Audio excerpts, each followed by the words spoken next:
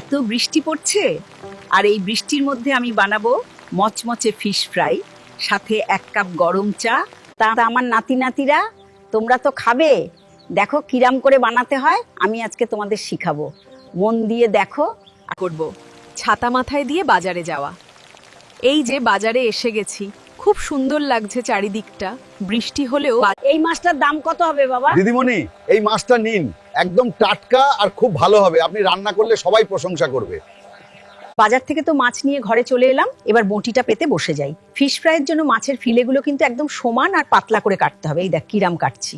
মাছ কাটা তো হলো, এবার পরিষ্কার ঠান্ডা জলে ভালো করে মাছের টুকরোগুলো ধুয়ে নিতে হবে, যাতে একটু আঁশটে গন্ধ না থাকে। এবার আসল কাজ, মশলা তৈরি। মিক্সিতে নয় রে বাবা, শিলনোড়ায় বাটা মশলার স্বাদই আলাদা। আদা, রসুন, কাঁচা লঙ্কা সব একদম মিহি করে বেটে নি। সবকিছু ধাপে ধাপে গুছিয়ে নেওয়া দরকার। এই দেখ, পেঁয়াজ কুচি, লেবুর রস, গোলমরিচ গুঁড়ো আর বাটা মশলা সব। উনুনটা জ্বালিয়ে কড়াইটা চাপিয়ে দিলাম। এবার কড়াইতে ঢেলে দিই বেশ খানিকটা খাঁটি সর্ষের তেল।